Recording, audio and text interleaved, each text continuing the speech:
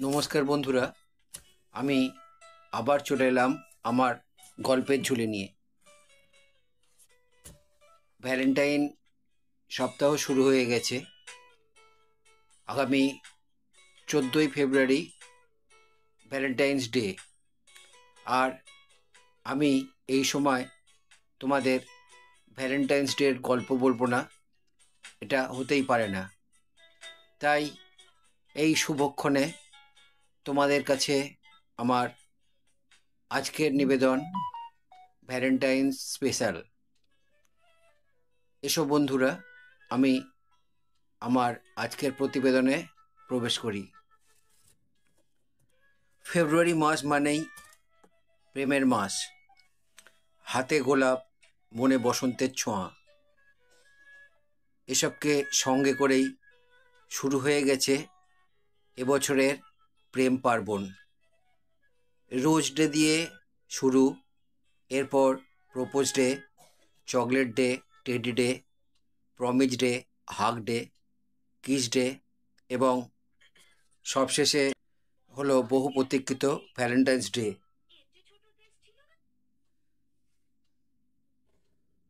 টানা এক সপ্তাহের প্রেম পর্ব। প্রতি বছর 14ই ফেব্রুয়ারি বিশ্বজুড়ে পালিত হয় ভ্যালেন্টাইন্স ডে। এই দিনটিতে প্রত্যেকেই তাদের প্রিয়জনের প্রতি ভালোবাসা প্রকাশ করে। তবে বেশিরভাগ মানুষেরা এটা মনে করেন যে এই দিনটি কেবলমাত্র প্রেমিক প্রেমিকা ও দম্পতিদের জন্য। এটি একদমই সত্য নয়। যে কেউ এই দিনে তাদের প্রিয়জনকে শুভেচ্ছা জানাতে পারেন। সে যে কেউ হতে পারে, যেমন পরিবারের সদস্য, বন্ধু, ভাই বোন এবং অন্যান্য ব্যক্তি যারা আপনার জীবনে গুরুত্বপূর্ণ ভূমিকা পালন করে। প্রতি বছরই এই মাসে এক সপ্তাহ জুড়ে প্রেমের বসন্তে মেতে ওঠেন সকলে। কিন্তু কেউ কি জানেন কেন পালন করা হয় এই ভ্যালেন্টাইন্স ডে? পালনের পেছনে কি এর ইতিহাস?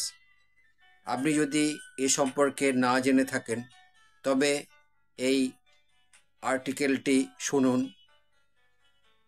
আজ এই নিবন্ধে আমরা জানাবো কেন 14ই ফেব্রুয়ারি ধুমধাম করে সারা বিশ্বের মানুষ প্রেমের জোয়ারে ভেসে ওঠেন এবং কেনই বা পালন করা হয় এই দিনটি।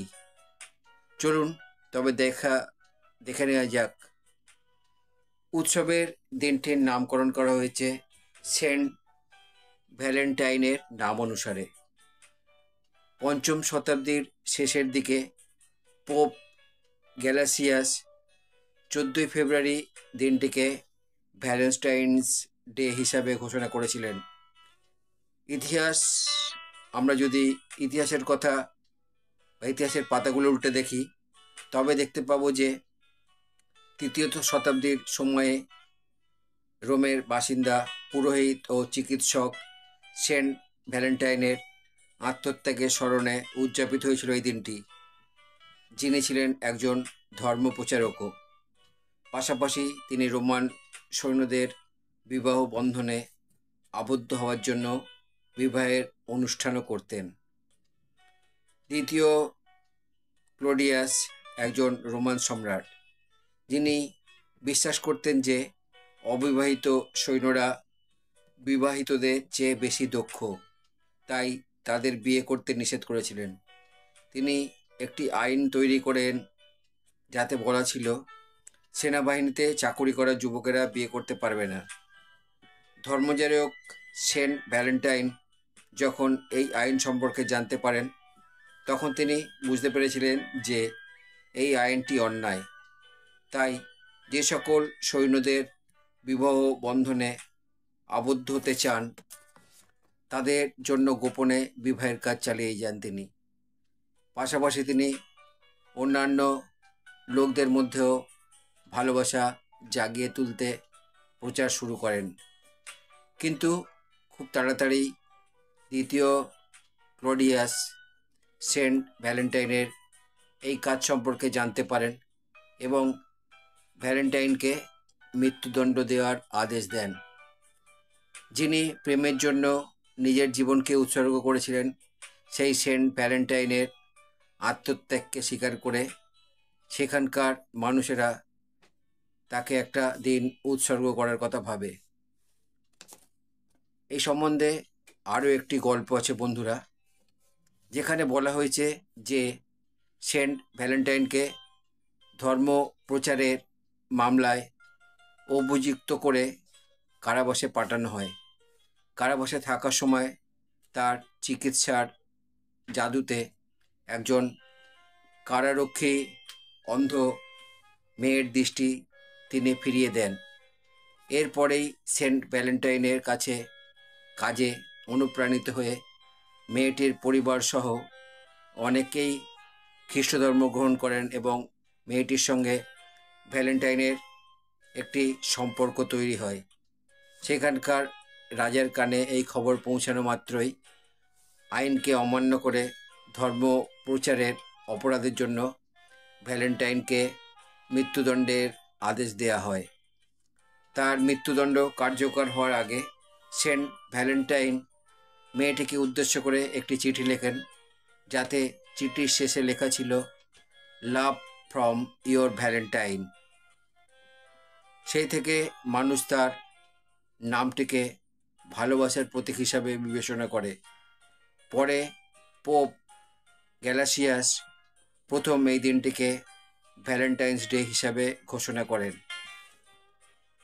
পঞ্চদশ শতাব্দীতে প্রেম নিবেদনের জন্য ভালোবাসা শব্দটি প্রেমের কবিতা এবং গল্পগুলিতে ব্যবহৃত হতো।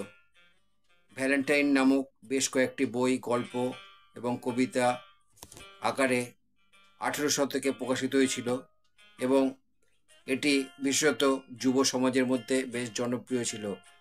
19 শতকের মাঝামাঝি সময়ে লেখাগুলি গ্রিটিংস কার্ডের মাধ্যমে প্রচারিত হতো। এই দিনটির প্রধান উদ্দেশ্য হল প্রিয়জনকে কয়েকটা দিন উৎসর্গ করা।